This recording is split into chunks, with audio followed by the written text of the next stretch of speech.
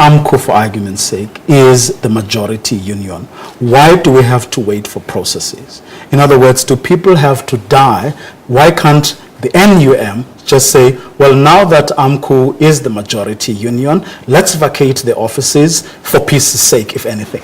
No. It is not supposed to be like that. Remember, we have signed just recently, we have signed a peaceful agreement that outlines processes to follow in those cases.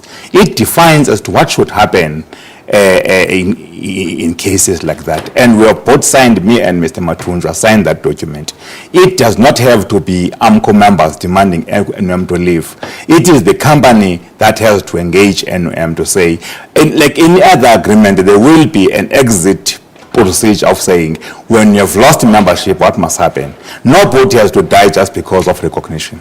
The peace frame agreement doesn't suggest that the company should recognize a union which is not represented in terms of the collective agreement.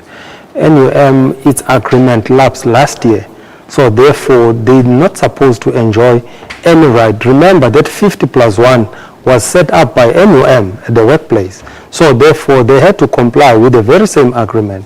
So it's for the employer to tell NUM that we are no longer a representative trade union until such time a majority union, which is Aamcu, and the employer set the new threshold, which is what we currently busy. So it's long overdue. NUM shouldn't be even receiving subscription in that mine, according to its agreement that they've signed. So the ball is back in your court, Mr. Zola. I found this very, very disturbing, because the reason we signed that accord was to ensure that we can open avenues in dealing with the issues Mr. Matunja is referring to.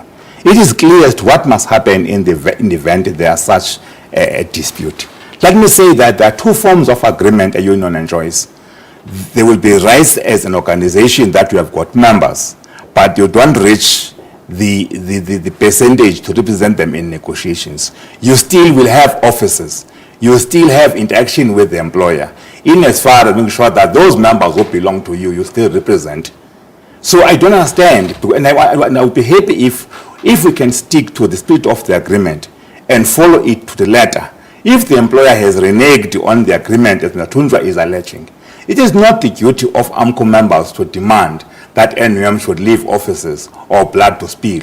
It is to make sure that we follow the same forum.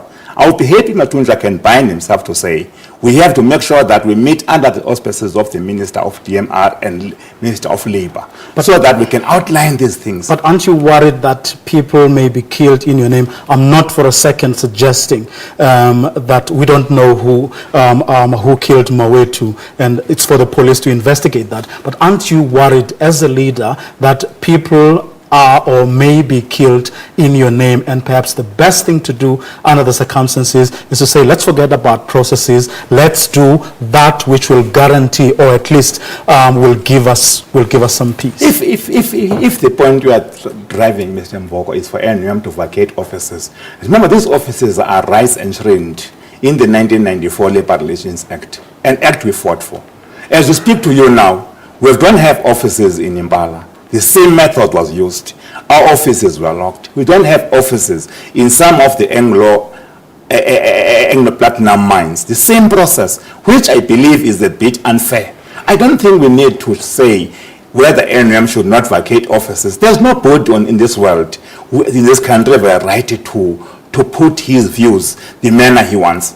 We have to follow the procedures. Simple. We have agreed that where Aamcu believes that the company is delaying processes of dealing with recognition, what forum to follow?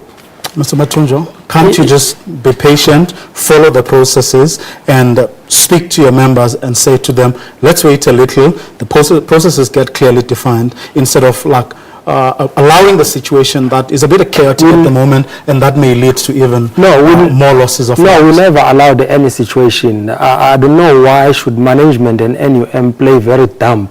Experienced union like NUM, ZEC, Zulu Anthracite Colliery, we had offices there, NUM became a majority, then our agreement was terminated. There was no war. BHP Billiton, we once have offices in BHP Billiton. NUM raised the threshold into a level where we are not able to get it. We vacated the offices. What is it now in other minds where NUM has lost its majoritism and is difficult to agree to the terms? Very briefly, Mr. Zogwana, what are you prepared to do we are prepared to as a meet. leader to say, let's resolve the situation? What are you prepared to say to your members? What are you prepared to do as a leader? I'm prepared, as I'm saying now, that all NUM members refrain from violence as you have done. Don't go to Aamcu offices and demand their closure, even because there are many places where Aamcu is minority. I don't want to see NUM members going there and say close Aamcu, because that is the business of management and Aamcu. Mr. Matunza, what are you prepared to do as a leader? What are you prepared to say to your members? People must act within the ambit of the law. They mustn't do anything that will result in loss of life. And also, we as leaders in this studio, we must walk the talk. Now to what